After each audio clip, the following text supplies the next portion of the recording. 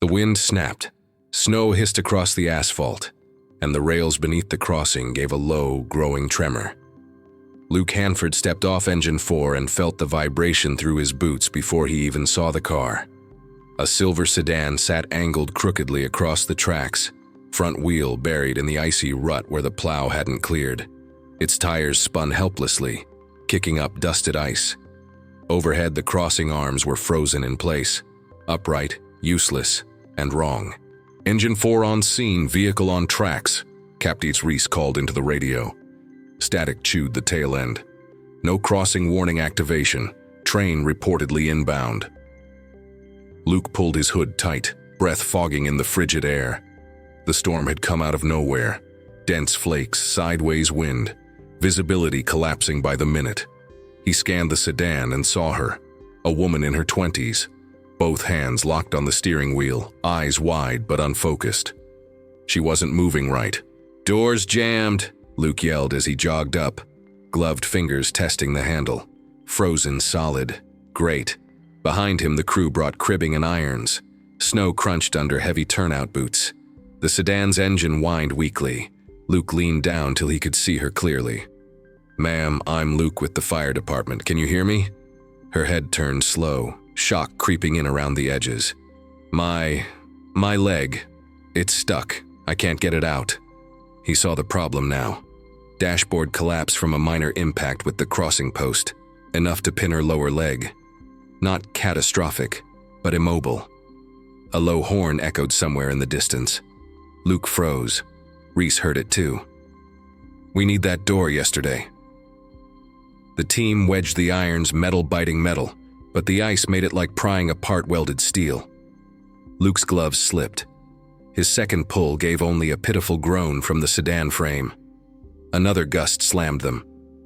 Snow stung exposed skin, fine as needles. The rumble under the rails deepened and rolled through Luke's spine. Micro shift. The woman inside started breathing faster, almost hyperventilating. "It's coming. I can feel it." Luke steadied his voice. "Look at me. You're not dying here. Not tonight." He signaled for the hydraulic spreader, but the pump balked in the cold on the first try. Reese cursed under his breath and smacked the release valve, trying again. The spreader finally whined to life. Weak, but enough. "Luke," Reese warned. 30, maybe 40 seconds. The horn blew again. Closer, sharper, cutting straight through the storm. Luke swallowed a hard knot of adrenaline. Time had become something thin and slippery, the way it always did when seconds mattered. He lowered himself so his face was level with hers again. The woman's eyes glistened with fear, but she held them steady on him. A quiet micro-moment. Unspoken trust forming in the worst possible place. "Stay with me," he whispered. The spreader jaws clamped around the doorframe, pushing against ice, metal, snow. The whole sedan shifted an inch. A loud pop shot through the air as the frozen seal broke. Then a deeper, heavier sound rolled toward them. The train. And far too close. "Doors almost free," someone shouted. The spreader whined louder, the metal bending reluctantly. Luke could feel the rails humming now, steady, violent, undeniable. Snow shook from the nearby post. Come on," he muttered. The door finally gave. A shockwave of cold air swept inside the car as the frame peeled open, barely enough space for extraction. Luke started to climb in, but the first harsh beam of the freight train's lights appeared through the storm. The beam of the train's headlights sliced through the snow, bright and predatory. Luke didn't waste the air to swear. He slid inside the sedan, SCBA bottle scraping the door frame, chest wedged against the steering wheel.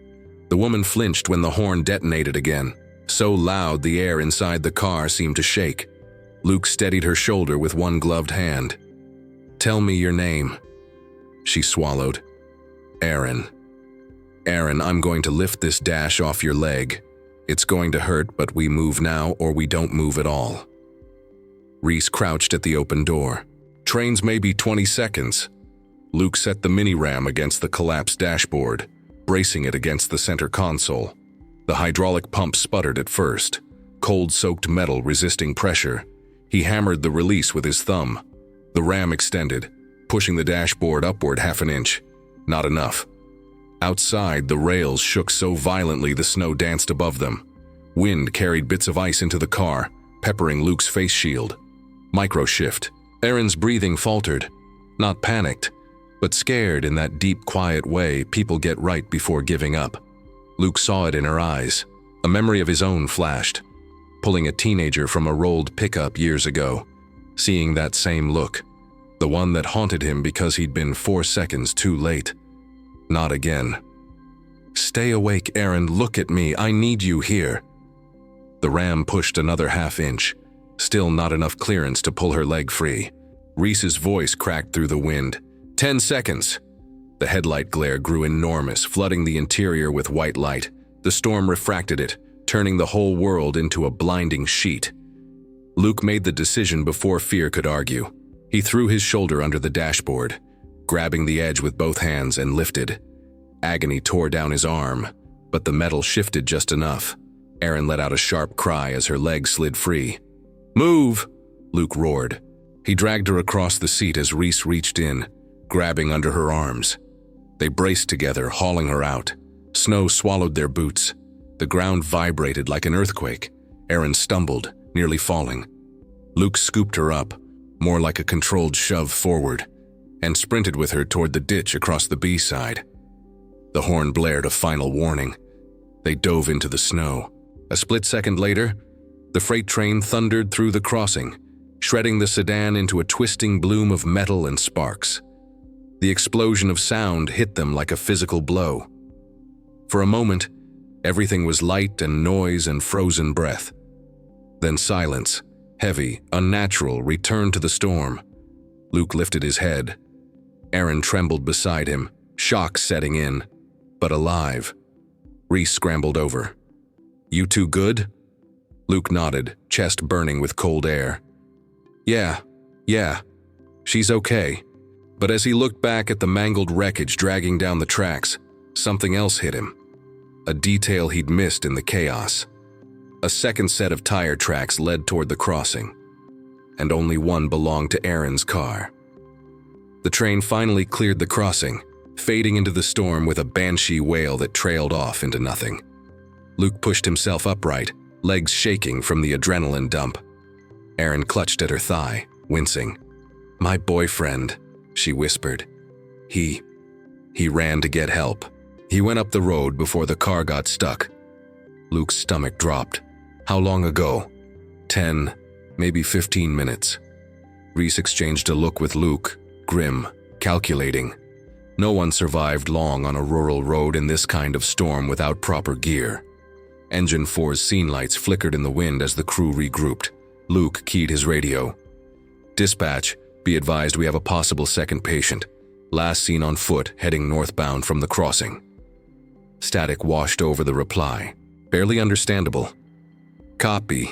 Be aware. Wind chill advisory. Search pending, Sheriff." Luke turned to Erin. "Did he have a coat? Hat?" She shook her head.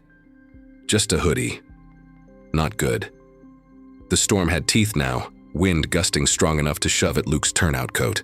Drifts formed knee-deep along the fence line.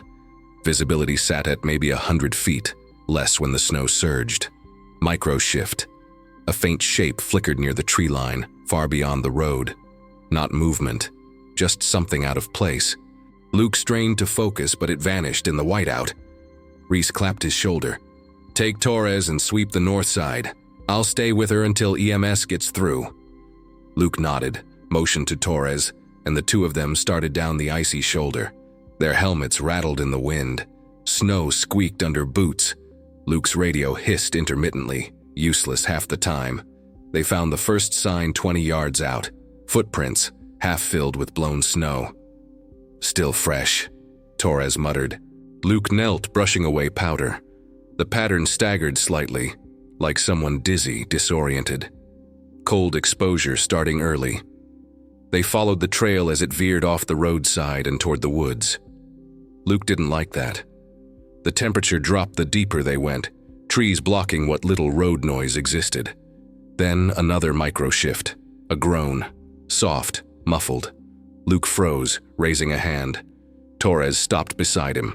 The sound came again, pained, shallow. They pushed forward, parting a curtain of branches heavy with ice. And there he was, a man in his 20s curled on his side, arms wrapped around himself in a thin hoodie already crusted with snow, skin pale, lips blue. "Hey!" Luke dropped beside him, checking for responsiveness. "You hear me? I'm Luke with the fire department." The man's eyelids fluttered. "Aaron, did she?" "She's safe. You're safe too. Stay with me." Luke slid his gloved hand behind the man's head and felt something warm, bleeding. Torres spotted a rock jutting from the snow. He must have slipped coming down this slope. Luke opened his radio, but the storm swallowed most of the signal. Only fragments stuck. He leaned closer to Torres. "We need a rapid carry. He's borderline hypothermic and bleeding." They maneuvered the man up, Luke taking most of the weight. The first steps were slow. The ground tilted in uneven slopes hidden under snowdrifts. Then the wind carried something else, a new sound. Metal, groaning, coming from the direction of the crossing. Luke's pulse kicked into high gear again. "What now?" Torres squinted through the whiteout. "That wasn't the train." No, this was closer, something wrong, something mechanical failing. Luke adjusted his grip on the injured man. "We keep moving, fast." But the groan came again, longer, lower, unmistakably structural. Luke and Torres pushed through the storm, each step a battle against drifts forming faster than they could walk. As they neared the road, the source of the sound became clear, and it wasn't good. The freight train, long gone, had ripped the sedan into twisted debris, but part of the railroad signal structure, already weakened by ice, was now leaning, creaking under the weight of accumulating snow.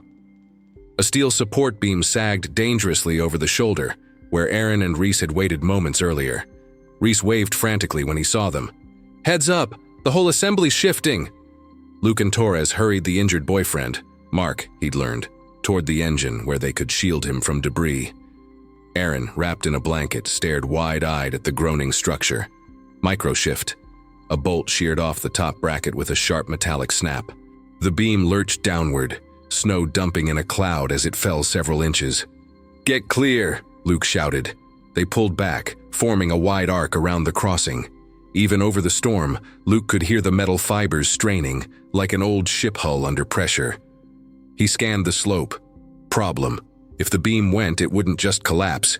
It could slide down the bank toward the ditch, right where they were trying to move Mark. "Torres, help me reposition him, uphill, not down." Torres nodded, shifting his stance. Mark groaned weakly, drifting in and out. Another groan. A heavier one. Luke felt it in his teeth. They moved faster, dragging Mark toward a safer patch of road. Aaron, limping but determined, called out, He's going to be okay, right?" Luke didn't look back, his attention locked on the beam, but his voice stayed level. "We've got him. Keep breathing, Aaron." A quiet pause followed, just a few seconds, where the wind softened and Luke's heartbeat slowed enough to feel the weight of everything. The near miss with the train, Aaron's panic, Mark's freezing collapse, the randomness of who survives and why. It hit him in that private, silent place he rarely let anyone see. Then the storm snapped the moment away. "Luke!" Reese shouted. "It's going!" The beam tore free. Metal screamed as it toppled, slamming into the slope, carving a trench through the snow. Luke pivoted, pulling Torres and Mark with him. The beam slid another foot before wedging into a drift, sending up a burst of powder. Silence again, except for the wind. Luke exhaled. "All clear." Reese jogged over. "EMS is 2 minutes out. Roads are rough, but they're coming." Aaron knelt beside Mark, touching his cheek gently. He stirred, whispering her name. Luke looked away, not out of discomfort but respect. People deserved their little moments after surviving something like this. When EMS arrived, the medics packaged Mark quickly, loading him into the ambulance with warm IV fluids and oxygen. Aaron rode with him, squeezing his hand the whole time. Engine 4's crew broke down equipment, the storm finally easing into softer flakes. The crossing sat quiet now, metal bent, snow settling, rails humming with residual cold. Reese stepped beside Luke. "Hell of a night." Luke nodded. Yeah. You okay? He considered that. The kind of question you only answer honestly when the adrenaline is gone and the world has stopped spinning. Yeah, he said quietly, just thinking how close it all was. Reese gave a tired half smile. That's this job, 1 inch either way. They packed up, engines rumbling to life. Luke took one last look at the crossing, the torn sedan, the leaning structure, the tracks disappearing into the dark. He didn't feel triumphant, didn't feel shaken. Just grounded in the reality he'd known for years. Some nights you run toward the danger because someone else can't. And sometimes, that's enough.